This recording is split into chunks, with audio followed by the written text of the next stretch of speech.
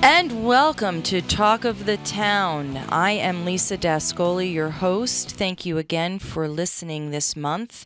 Normally, I would have my friend and co-host Richard Skipper here with me, but he's off somewhere in Florida having fun and being warm, so we're actually going to call him in a moment. But stepping in for him most graciously is Michael Magenta. Hello, Michael. Good evening, Lisa. How are you? I'm doing well. How about you? Well, I'm standing in for Richard Skipper, so I must have really moved up in the world. And actually, I will say he was the one who extended the invitation. He's the one to stand in for me next month. He's just great, and I'm so thrilled to be back here again. Thank you. Yes, I'm thrilled to have you. And we're going to get to our guest in a moment, but I think it would be fun to call him and just see what kind of, see what he's up to. You better answer. Hello? Richard. Yes, it is. It's Lisa. We're on the air. Say hi to Michael. Hello there, Michael. And Lisa, how are you? And say hi to We're Petra. good, She's Richard. our How are guest. you? Hi, Petra. Say Hi. Oh, hi, Peaches. How are you? I'm good. How are you? I'm doing great. Can you all hear me okay? yes, we can. I'm sitting out on the veranda here in South Carolina. Thank you. We're shivering in the cold and rain of New Jersey. Way to make us Well, jealous. believe it or not, it's cold here, too. Really? Well, what do you call Yeah. cold? Well, it's around 64 degrees. All right. Well, that's not too much worse than what we've got here. Now, what have you been up to, my friend? We're doing good. What are you up to, my friend? Well, as you know, I was down in Florida. I went down for the opening night of Hello, Dolly at the Wick Theater, starring Leroy Reams as Dolly, believe it or not. And he was playing opposite Louis Stadlin. I don't know if any of you are familiar with Louis's work. If you're not, please look him up. One of the funniest men on the planet. And it was almost as if he was channeling David Burns, who played the original Horace Van Gogh in the original production. And, the interesting thing is, with this production, to have a man play Dolly, believe it or not, it actually worked. He did not camp it up. He did not present it anything other than this really being a real woman. And as I said to the choreographer after the show, when Jerry Herman wrote the lyric to a husky woman, now it applies. So you were pleased with the production. It was good. I was very pleased with the production. We saw the show on the third performance. So there's still, which it was their opening night, but they had two previews. Mm-hmm. And, as these things go in theater, you all know all about this. The set arrived the week of. Costumes were still being built as they went into production. And so there are a lot of those issues that they're dealing with. But beyond that, it was a really wonderful company. And if anyone out there is listening to this and you're heading down to Florida over the next month, I think it's running through December 6th, get to the Wick Theater and see this production. It really is wonderful. Well, see, the wonderful thing about doing this program on internet is that it can be heard anywhere in the world. Anyone who has internet can access this. So I do hope that friends down in Florida who are listening to this will take advantage and see this production. I've got a piece of advice that I'd like to offer to the listeners. Whenever you're traveling anywhere, Google local theaters, whether they be what some of us may consider amateur or semi-amateur or the highest quality professional theaters. Go out and see a live show. Theaters need that in every little town in America. Today I was standing in front of my hometown theater where I got my start. I'm in my hometown right now, Conway, South Carolina, and I got my start in community theater. So support those theaters. Absolutely, and that this is a huge passion of mine that I believe very dearly, that just because it's not a quote-unquote professional theater, that does not mean the quality of the work is any. the people sitting at this table with me are absolutely in agreement. Oh, yes. 100%. And all of us have been in professional theaters where the quality was a lot less. I have to absolutely concur with that as well. Yes. So, and I always refer back to a very good friend of mine once told me, and he was a set painter for the Met, and he looked at me very, very, very solemnly and said, the real definition of the word amateur is for the love of, and somebody who's doing something for the love. Exactly. I never knew that. That's great. That's a great way of looking at it. Yes, and that spoke volumes to me, because you're absolutely right, and I love that piece of advice, and that's really where my whole spark for this show always came from, is to bring up people who are doing things locally and may not get the publicity and the accolades that they deserve. So thank you for saying that, my friend. When are you coming back? I mean, support these theaters. When are you coming back? I'm going to relax tomorrow, and then we're going to hit the road first thing Thursday morning. We're driving. We flew down to Florida, but we're driving up. And we drove 10 hours yesterday from Fort Lauderdale to Conway. And then I'm sorry, Richard, when you... They're visiting my family. Wait a minute. Richard, hold on one second. Wait a minute. Michael wants to tell you something. Go ahead. Richard, when you say we drove, don't you mean Danny? Yes. Of course. Because you don't drive. Oh, well, I don't drive. That's true. But, the funny thing is that we're traveling with Peggy Eason, the chocolate diva. Yes. And as you know, Peggy Eason was born blind, but I told her she had to share the driving. And trust me, her driving would be a lot better than mine. Oh, man. Yes. So Danny is doing the driving. Yes, God bless him. So we're having a couple of days of relaxation. And then I come back to New York on Thursday, and I am off and running. I have 5 clients with shows next week. Plus, I want to get to Shadowbox. Oh, thank you. I'm trying to get to Shadowbox. Thank you. And it's, I've got to fit it into my schedule. I am just overwhelmed with my schedule over the next 5 weeks. Well, and I can absolutely vouch for you on that one, because I know you are always running here, there, and everywhere.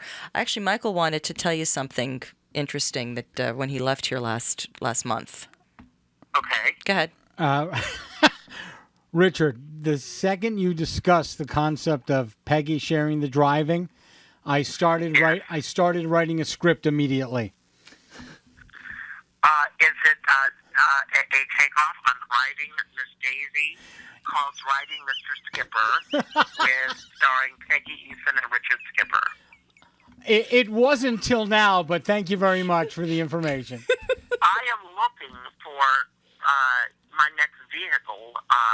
I'm dealing with a couple of things in my life, which we will not go into on the air. And when those are behind me, then I want to get back into acting. So we may talk. Okay. That's a deal. All right. Well, you be safe coming back. We're going to get back to the program now. And I love you all, and I wish you a wonderful show, and I can't wait to see the Shadowbox. Thank you, Richard. We'll talk about Great that. to talk to you, Richard. Thank Bye-bye. you. Bye-bye. Thank you. Love you all. Love Bye. you too, honey. Bye. Oh, I love that man. I always have a wonderful time just talking and chatting with him. A lot of fun.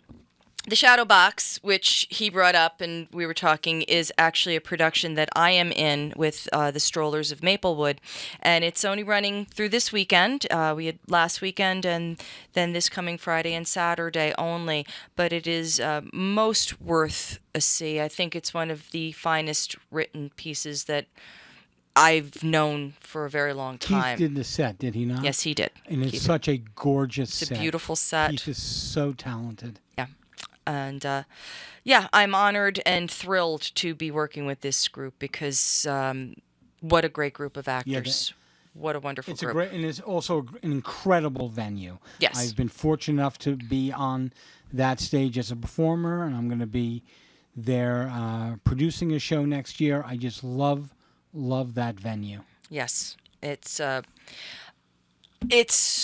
really, it's a fun stage to work on. It's nice size, nice acoustics, everything about it. It's a good place to I be. think the acoustics come from the fact that it used to be a church.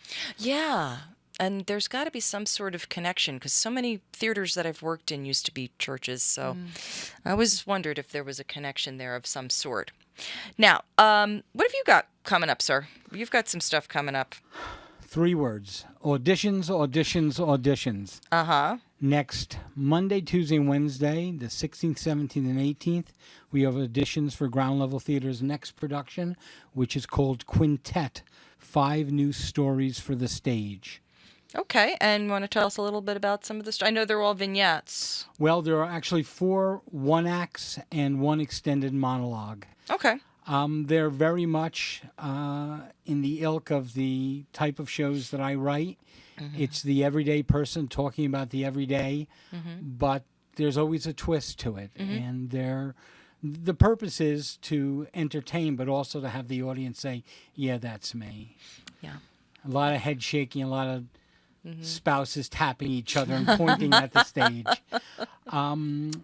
Very excited about it. I had a great read through with a group of people who were free one night a couple weeks ago, and when it ended, everyone just said, when are you doing this? When are the auditions? So groundleveltheater.com, you can see the audition post on all of the Facebook theater pages. Auditions are next Monday, Tuesday, and Wednesday. Callbacks on Thursday in Wayne, New Jersey. Love to see new people. I will be there. I'll be there too. I will be there. And this other voice that we're hearing is our guest for the evening, Petra Seirmarco, and she is a friend, but she is one of the most talented ladies that I have known in a very long time. A professional clown, a children's entertainer, an actress, a director, and most notably, her upcoming production of Moonstruck for the stage. So, Petra, thank you for joining us this evening. Thank you for having me. Now, how did you come up with this idea for doing Moonstruck as a stage piece? Well, we're always looking for new things to do. And who is we? Let's give a plug to your group. Yeah, I'm with the West Milford Players in West Milford. Okay. We're actually going into our 36th season. Wow. Yes. They've been around. Yes. So, and we're always looking for new things to do. You can very easily fall into that trap of always doing the same kind of things over and over and over again. Excuse me. So, I was kind of stuck, we were always doing same. And I was like, what is there that I can do that's different, You can audition for me. That's what. Well, yes, of course I can do that. And I will be doing that. But, Yes. I've always loved Moonstruck. I've always loved it, Coming from my father's side is Italian, Yes, And, Seirmarco, yes, we would say yes. And it just came to me one time. I was like, what would it be like to try and do that for the stage, And I said, let me give it a try, and I did. And I didn't actually realize what it would be like trying to do a film to the stage. You know what I mean? It is so much easier to take theater and Yes. bring it to film Yes. as opposed to the Yes. other way. And that's, yes, we know that. It's Exactly. just an easier translation. So the screenplay was written by John Patrick Shanley, who is a very well-known theater writer. Yes. So how was that to translate? What was your tactic? What did you do? Well, I thought it was going to be easier, as we all, kind of tend to do. I think my biggest struggle was that I think theater is taking something and showing it in its rawest form. Agreed. You know what I mean? Absolutely. And in film, you have so much more. You can show stuff so much bigger. Do you understand? You understand what I'm saying? And theater, you have to take it and minimize it and make it small. Not small, but raw. You know what I mean? And theater to me has always been taking something and looking in on like somebody's private life. You take a little door and you open a little slice into somebody's life. A black box theater to me has always been, you come and you sit and you have a little window looking right into somebody's private life. It's very raw. It's very intimate. It's very, so to be It's very real to me. Yeah, exactly. It's very real. It's very real. And that's what I've always loved about theater is that, it's very intimate. It's very private, And you're sharing those moments with the audience. Exactly. You're not showing them. You're sharing them. Thank you. That's exactly what I was just trying to say. You're not showing. You're bringing the audience into that moment, But I just have to say, you were talking about the image of bringing it in. I'm a huge fan of the movie Moonstruck. If you think about the things that are brought about them, they're not the true scenes. It's images of people walking, images of them going into opera. This story, the story that I know, takes place at kitchen tables, dinettes, restaurant tables. So it is the intimacy. There's nothing more intimate than those moments. Exactly. And I'm glad you brought that up because that's exactly what I was trying to say. That is probably the hardest part that I had was to how do you get the audience, how do you bring them into those intimate moments, how do you convey to the audience that, how do you bring them into the home? How do you bring them into Ronnie's apartment, and then in the very next scene, bring them into the Loretta's family, home. into Loretta's home? Sitting there with Cosmo and Now, how did you do that? Because that you really took on a challenge for yourself, my friend. You really did, because between the Metropolitan Opera and the bread store, the bakery, the little grocery stores that the aunt and uncle, how did you do all of that and not lose the flavor of Moonstruck? Right. I had to do a lot of creative thinking with set design. Okay. And how long did this take you to do? Well, I've been working on it for, it's been over a year at least. Really? Okay. That I proposed it. I'm interested. I'm looking at a flyer that you have brought with you about the audition, and it says you're the director, but in no place does it say that you adapted it. You must have adapted it. So the script we're looking at is something that you created. I'm wondering why you're not giving yourself that credit, because I think that's an incredible feat. Yeah, no, it's a good point. I don't know why it doesn't say that. She didn't think about it. Well, now that you've mentioned it. Yeah, I should correct that. Yeah. But I just want to go back real quick to what you just said.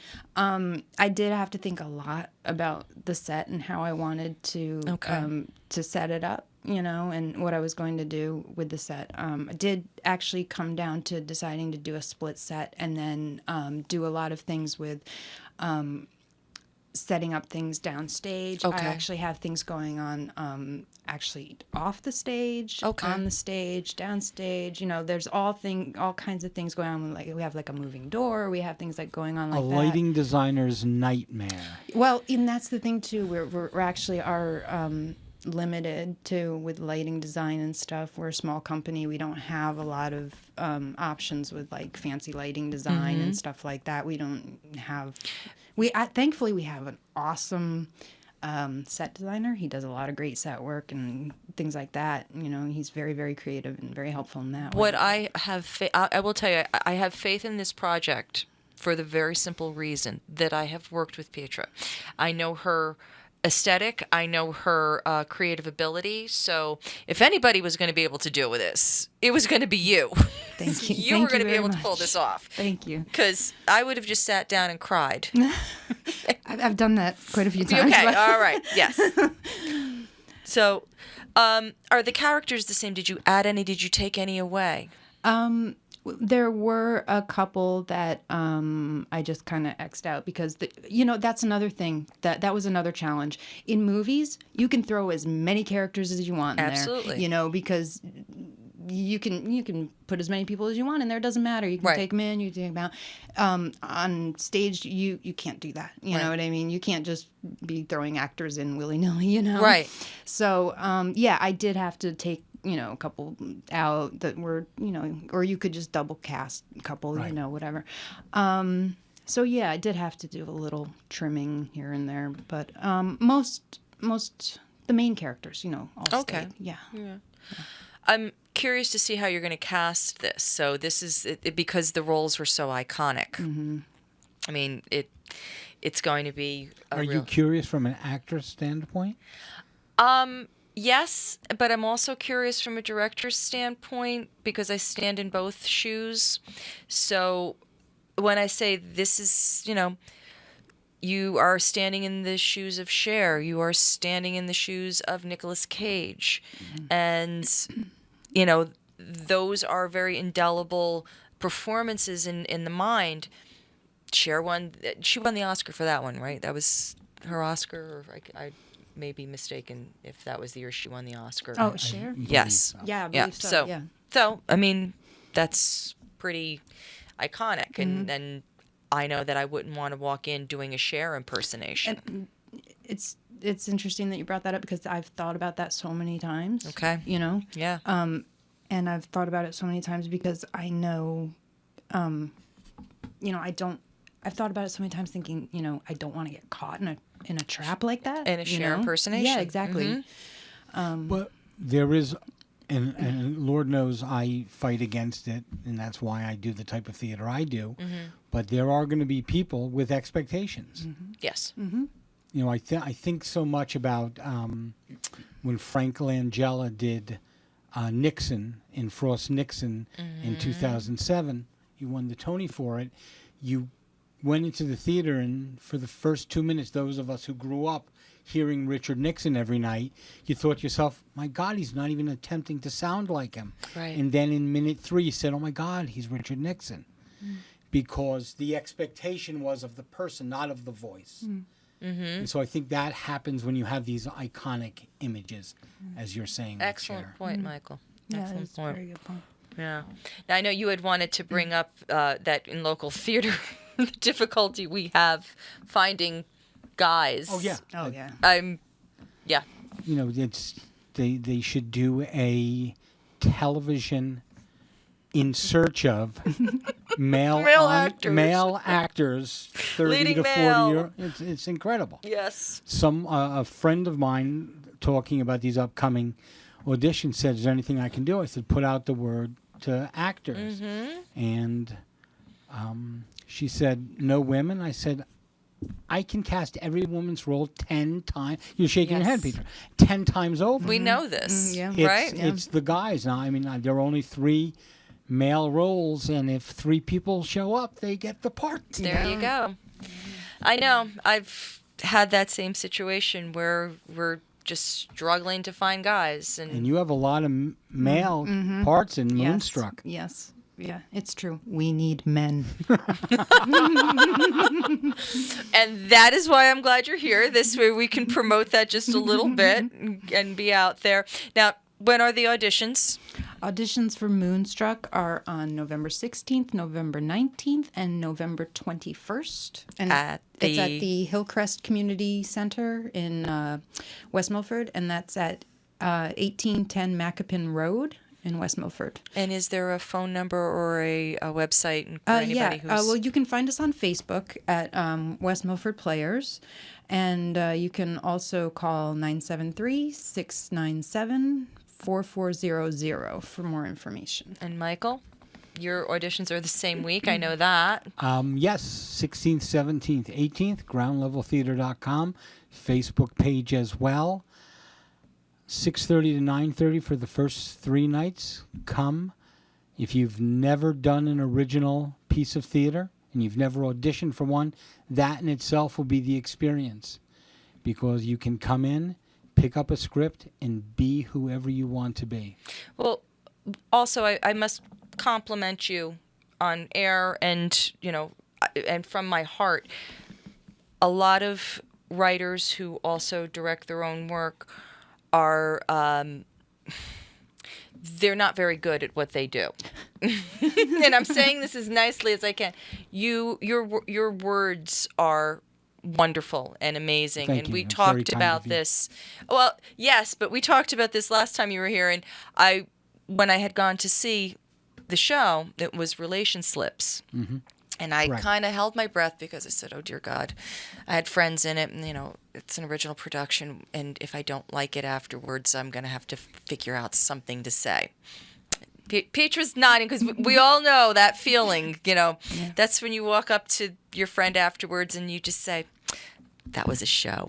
You're like, that was good. That was a show. That was a good. That was a show. It was great. Yeah, you were up there.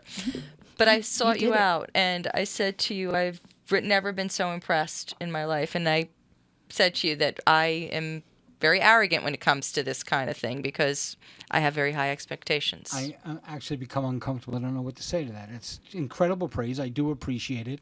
I think of myself as a director before I think of myself as a writer.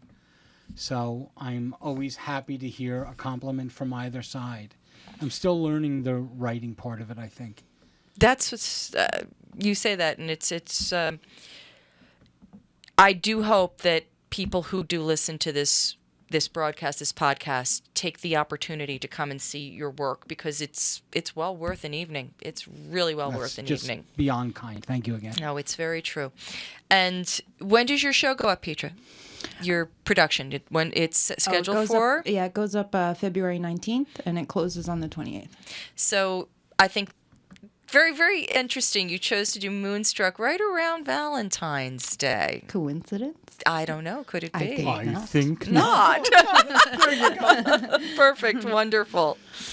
Okay. So, and you're also involved. West Milford Players is also doing something else. It's this coming weekend and next weekend. It's Opening Friday, we have Naughty and Nice, which is a Broadway musical review. Mm-hmm. It is, I do have to tell people out there, if you are thinking of bringing children, it is rated PG-13. So Okay. you do have to know that. So this is this is date night for the adults. Yes. So let's just put it that way. Yes. This is date night for the adults. Great opportunity to see some wonderful singers. I do know Yes. several of the people who are in it, and they are extremely talented. Very. And, Richard, we did not plan what I just told him I was going to call him. And I had no idea that he was going to suggest promoting local theater and supporting it. That is a great date night. Mm-hmm. Go see local theater, especially something like Naughty and Nice, Yeah. and go out for a drink afterwards, and it's a wonderful evening. Everything I write is date night because it's all R-rated. I don't even write. Agree with that. I Oh, don't think it's please. R-rated. I mean, okay, it's not Disney Channel, but I will not sell tickets to anyone under 18 years old. okay. Really? Yeah, I But will not. it's not. You know why? I guess I'm surprised by that statement because to me it's never been offensive. Some people use four-letter words and Right, whatnot, I like profanity. I think we all use it in our life. Yes, I like but- see characters saying. I don't use it over the top. Thank you. I don't make a point of it, but at the same Yes. time, I want people to know that I'm respecting their needs by saying, if This you've is- got kids, this is an adult story. These are adult stories. and that's okay That's fair. sometimes. It's fair. That's quite okay sometimes. I absolutely agree with that. Well, the half hour has flown by again. I forgot to stop 15 minutes in and say that this is Talk of the Town on broadbandboxoffice.com. Our next program will be December 8th. Please like us on Facebook. Please share this broadcast with anybody that you know that you think would be interested. We are always looking for other local theaters and artists and people in the arts to come and talk to us because that's what this show is about, is promoting new artists and new theater and just things that are going on in the artistic area. So I am Lisa Dascoli. Michael Magenta, thank you so much. Thank you, Lisa. I can't wait to come back again. I can't wait to have you back. Petra, my very best to you, my darling, with Thank you. Moonstruck. I know it's going to be a success. Thank you, Lisa. And we will see you again next month. We're also on YouTube. You can always download this program on YouTube. And if not, live December 8th. I'm Lisa Dascoli, and we'll see you then.